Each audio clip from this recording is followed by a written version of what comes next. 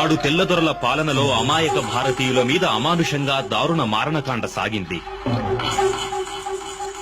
నేడు పరాయి దొరల అజమాయిషీ క్రింద మన కిరాయి దొరల పాలనలో అమాయక తెలుగు ప్రజల మీద అతి క్రూరంగా హైటెక్ రాక్షసం కొనసాగింది.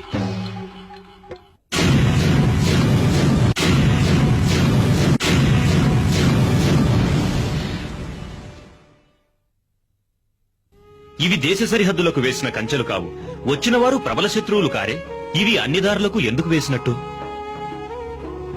అశ్విక దళాలు, ఐరన్ బట్లతో చేసిన లాఠీలు, ఫైబర్ లాఠీలు, తూటాలు నింపిన తుపాకులు, వజ్ర భాష్ప వాయుగోళాలు, అతి భయంకర రసాయనాలు కలిపిన పింక్ కలర్ నీటిని చిమ్మేందుకు సిద్ధంగా ఉన్న వాటర్ క్యానన్లు. యుద్ధం ఎవరితో? విద్యుద్భారం మోయలేమని ఆక్రోశించే ప్రజలతోనా?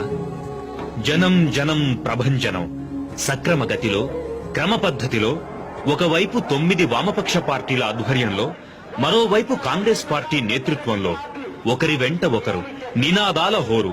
ప్రశాంత సాగరంలా కదిలే వీరేనా ఉగ్రవాదులు? వీరేనా ప్రభుత్వం బురద చల్లే ఆందోళనకారులు? ఆకలేస్తోంది అమ్మా అని నోరు విప్పి చెప్పలేని పసిపాప గట్టిగా ఏడిస్తే, అది ఆందోళనని తల్లి చంపేస్తే ఆ పాశవికతకు ఏం పేరు పెడదాం? ప్రపంచ బ్యాంకు తొత్తులై పెంచిన విద్యుత్ ఛార్జీలు మా నడ్డి విరుస్తున్నాయి, తగ్గించండి అని 100 రోజుల నుండి అలమటించి, ఆక్రోశించి, నిరసనలతో ప్రశ్నించిన వారిని కర్కశంగా కాలరాస్తే ఆ క్రూరత్వానికి ఏం పేరు పెడదాం? అదే ఈ దశాబ్ది దారుణం, అదే ఈ శతాబ్ది రాక్షసం, ఈ సహస్రాబ్ది ఘోరం, నరహంతక జనహంతక ప్రభుత్వపు విద్యుద్ఘాతకం. ఇంతమంది పోలీసులు, ఇన్ని ఆయుధాలు నిజం గొంతు నొక్కేయడానికేనా? సత్యాన్ని నడిబజారులో చంపేయడానికేనా వాళ్లు ప్రజలతో యుద్ధానికి సిద్ధమయ్యారు?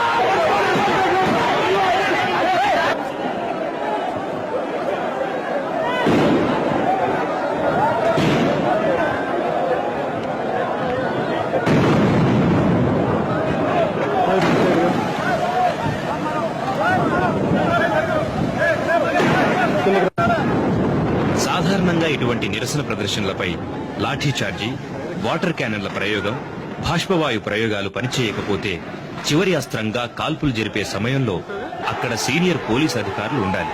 కాళ్లపై మాత్రమే గాని ఛాతీకి గురిపెట్టి కాల్చకూడదు. 2 రౌండ్ల కంటే ఎక్కువ కాల్పులు జరపకూడదు. కానీ ఈ నియమాలన్నిటినీ పోలీసులు ఉల్లంఘించారు. అలాగే లాఠీ చార్జీ చేసేటప్పుడు కూడా కాళ్లపైన మాత్రమే కొట్టాలి. ఈసారి ప్రధానంగా తలలపై లాఠీలు ప్రయోగించటం చెదరగొట్టడానికా, చంపడానికా? నిజాయితీ అన్న పదానికి నిజమైన అర్థం తెలిస్తే ప్రభుత్వం తనని తాను ప్రశ్నించుకోవాలి. విద్యుత్ ఛార్జీల పెంపుదల ఉపసంహరణ ఉద్యమాన్ని ఉక్కు పిడికిలితో అణిచివేయటానికి ప్రభుత్వం ఎలా గర్జిస్తుందో చూడండి.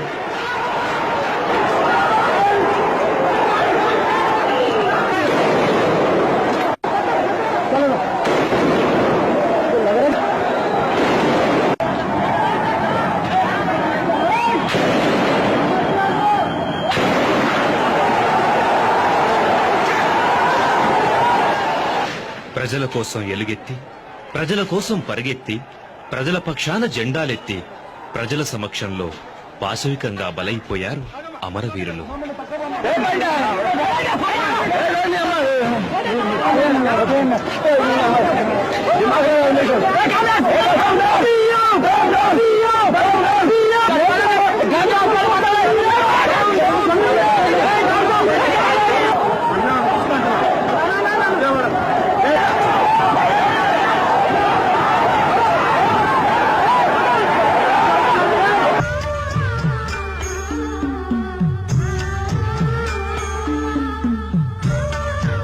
ఒక బాలచంద్రుడు, ఒక అభిమన్యుడు, ఒక అల్లూరి సీతారామరాజు, ఒక భగత్ సింగ్. యుద్ధం అయిపోయింది. ఇది రక్తసిక్త మరుభూమి. బాలస్వామిని, విష్ణువర్ధన్ రెడ్డిని, రామకృష్ణని పొట్టన పెట్టుకున్న కురుక్షేత్రం. కాల్చండిరా కాల్చండి అంటూ రొమ్ము విరుచుకు ముందుకేగిన మరో ఆంధ్రకేసరి కిరణ్ చంద్ర గుండెల్లో గుండు దూసుకుపోయిన రణక్షేత్రం. తెగిన చెప్పులు, విరిగిన జెండాలు, రగిలే పొగలు, చల్లారని సెగలు. అసలిదంతా దేనికి జరిగింది? ఎవరి ఈ ఘోరానికి కారకులు? ఈ రాక్షస కాండకు బాధ్యులు? ఈ ప్రశ్నలకు జవాబు దొరకాలంటే మనం కొంచెం వెనక్కు వెళ్లాలి. శాసనోల్లంఘన ఇవాళ జరగలేదు, గత 100 రోజులుగా జరుగుతోంది. ఊరూరా, వాడవాడ ప్రతి ఒక్కరూ ఉద్యమోన్ముఖులై ఊరేగింపులు, హర్తాళ్లు చేశారు. మంత్రుల కార్లకు అడ్డంగా పడుకున్నారు. అహింసా సిద్ధాంతంతోనే. ఉద్యమ కార్యకర్తల్ని అనవసరంగా వేధింపులకు గురిచేసి, కోర్టు ఉత్తర్వుల మేరకు ఆస్పత్రుల్లో చేర్చి, బందిపోటు దొంగలకు మళ్లే కాళ్లకి సంకెళ్లు వేశారు. నానా చిత్రహింసల పాల్చేశారు. హింసను ప్రేరేపించిందెవరు? ప్రజలా? ప్రభుత్వమా? ఇదంతా పెరిగిన విద్యుత్ ఛార్జీలు తగ్గించడం కోసం ప్రజల పక్షాన చేసిందే.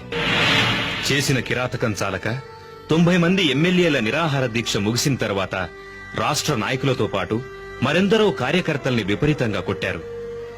ఎన్నో కార్లను ధ్వంసం చేశారు. చట్టాన్ని కాపాడవలసిన పోలీసులు రాజధానిలో రణరంగం సృష్టించారు. ఈ ఘాతకాన్ని అనేక పత్రికలు నిరసించాయి.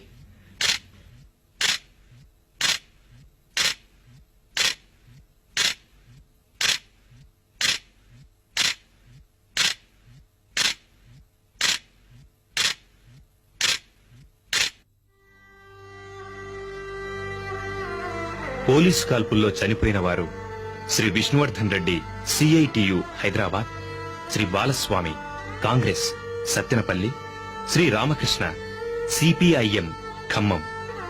ఈ ఘోరకలిలో 2 నుండి 3,000 మందికి పైగా దెబ్బలు తగిలాయి. 23 మందికి బుల్లెట్ గాయాలు తగిలాయి. హాస్పిటల్లో చికిత్స పొందిన వారు 139 మంది. ఎప్పుడైనా ఫైరింగ్ మోకాల క్రిందకు కాల్చాలి. ఆఖరికి నాటి బ్రిటిష్ ప్రభుత్వం కూడా ఈ నీతిని పాటించింది. కానీ ఈ దుష్ట ప్రభుత్వం ఉద్దేశపూర్వకంగా కాల్పులు జరిపించింది. అన్ని తుపాకులు గుండెలకు గురిపెట్టినవే. ప్రజలను చంపాలన్న ఉద్దేశంతోనే. మన భారం తగ్గించడానికి మనందరి ప్రతినిధిగా ముందుకు సాగారు వీళ్లు. మనందరి కోసం నినాదాలు చేశారు, జెండాలు చేతబూనారు. మనం ఫ్యాన్ల క్రింద సేదదీరితే వీళ్లు ఎండలో మండిపోయారు. ఆఖరికి మన కోసం విద్యుత్ ఛార్జీలు తగ్గించండి బాబూ అంటూ ప్రాణాలు అర్పించారు, అమరులయ్యారు. వారిలో ఒకడు విష్ణువర్ధన్ రెడ్డి. ఇతని అన్న నెల క్రితం యాక్సిడెంట్లో చనిపోయాడు. కేవలం నెల తిరగకుండానే ఆ ఇంట రెండో చావు. ఎదిగొచ్చిన మగబిడ్డలు 2 చచ్చిపోయారు. ఆ వృద్ధ దంపతుల గోడు వినేవారెవరు? వాళ్ల కంటినీరు తుడిచేదెవరు? ప్రజల పక్షాన పోరాడిన యోధులు మరణిస్తే ఎక్స్గ్రేషియా ప్రకటించని ప్రభుత్వం, ప్రజలను చంపడానికి బాంబులు తయారు చేస్తూ చచ్చిన మంత్రి గారి రౌడీకి ఎక్స్గ్రేషియా ప్రకటించింది. ఈ ముసలివాళ్లు పోగొట్టుకున్న కొడుక్కి నష్టపరిహారం ఇవ్వదా? ఇవ్వలేదా? ఇది ప్రజాస్వామ్యమా? ప్రపంచ బ్యాంకు తొత్తు దేశమా? వదలిపోయినని సదరు కార్యములెల్లా, వదలిపోయినది సదరు కార్యములెల్లా, కార్య సఫలతకై మేము దీక్షగై కొందాము, కన్నీటితో నీకు జోహార్లు చెబుతున్నాం. మము బాసిపోయినా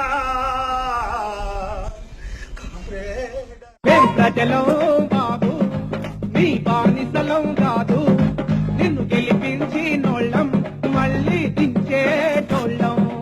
మేం ప్రజలం బాబు, మీ బానిసలం కాదు, నిన్ను గెలిపించినోళ్ళం మళ్ళీ దించేటోళ్ళం. అడ్డగోలుగా కరెంటు జాతి పెంచితే ఎన్నోళ్ళము కాదు ఎదురు తిరుగుతాం. అడ్డగోలుగా